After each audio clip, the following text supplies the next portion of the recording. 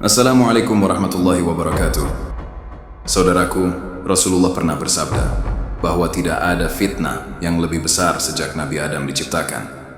Hingga hari kiamat, selain fitnah Dajjal, banyak orang membayangkan Dajjal hanya sebagai sosok bermata satu yang muncul di akhir zaman. Padahal, para ulama menjelaskan bahwa fitnah Dajjal adalah sistem, cara menipu manusia, cara membolak-balikkan kebenaran dan kebatilan, hingga manusia tidak lagi sadar bahwa dirinya sedang dijauhkan dari Allah. Dan hari ini, fitnah itu tidak datang dengan pedang, tidak datang dengan pasukan, tetapi datang melalui layar kecil di tangan kita. Bagian pertama, ketika malu dicabut perlahan. Nah, dulu merasa malu adalah penjaga iman. Rasulullah bersabda, malu itu bagian dari iman. Namun hari ini, rasa malu tidak dicabut sekaligus, tetapi digerus sedikit demi sedikit. Awalnya hanya ingin dikenal, lalu ingin dilihat, kemudian ingin divalidasi. Sampai akhirnya, banyak orang rela mempertontonkan apa yang dulu mereka sembunyikan, demi satu hal, perhatian. Bukan karena mereka jahat, bukan karena mereka bodoh, tetapi karena sistem ini mengajarkan bahwa nilai diri ditentukan oleh views, likes, dan komentar. Inilah ciri fitnah Dajjal, membuat yang salah terasa biasa, dan yang biasa terasa wajar. Bagian kedua, normalisasi yang berbahaya. Di media sosial, sesuatu yang diulang terus-menerus akan terasa normal. Ketika aurat dianggap konten, ketika hal memalukan dianggap hiburan, ketika perilaku aneh dianggap kreativitas. Saat itulah hati manusia mulai mati. Rasa Allah berfirman dalam Al-Quran bahwa setan akan menghiasi keburukan agar tampak indah.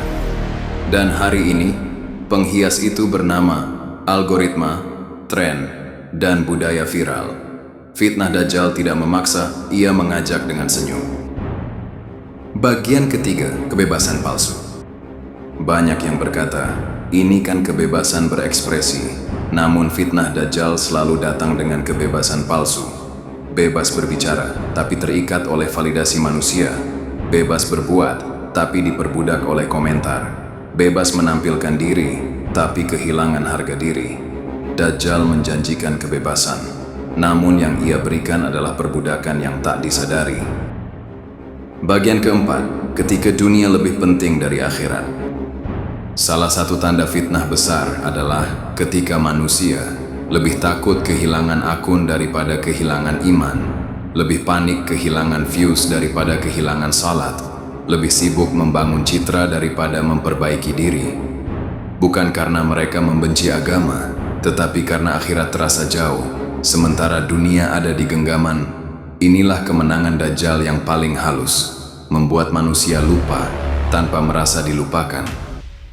Bagian kelima, siapa yang selamat? Rasulullah mengajarkan doa. Ya Allah, aku berlindung kepadamu dari fitnah Dajjal, karena fitnah ini menimpa orang pintar dan bodoh, orang miskin dan kaya, bahkan orang yang merasa paling beriman. Yang selamat bukan yang paling keras menghakimi, tetapi yang menjaga rasa malu, menjaga niat, dan sadar bahwa tidak semua yang viral itu benar, dan tidak semua yang populer itu diridai Allah. Penutup. Cermin untuk diri sendiri. Narasi ini bukan untuk menunjuk siapapun, bukan untuk menghakimi, tetapi untuk bercermin. Karena bisa jadi, kita bukan korban fitnah Dajjal di masa depan, tetapi pesertanya di masa sekarang. Semoga Allah menjaga hati kita, menjaga iman kita, dan tidak menjadikan kita bagian dari fitnah akhir zaman. Wallahu a'lam.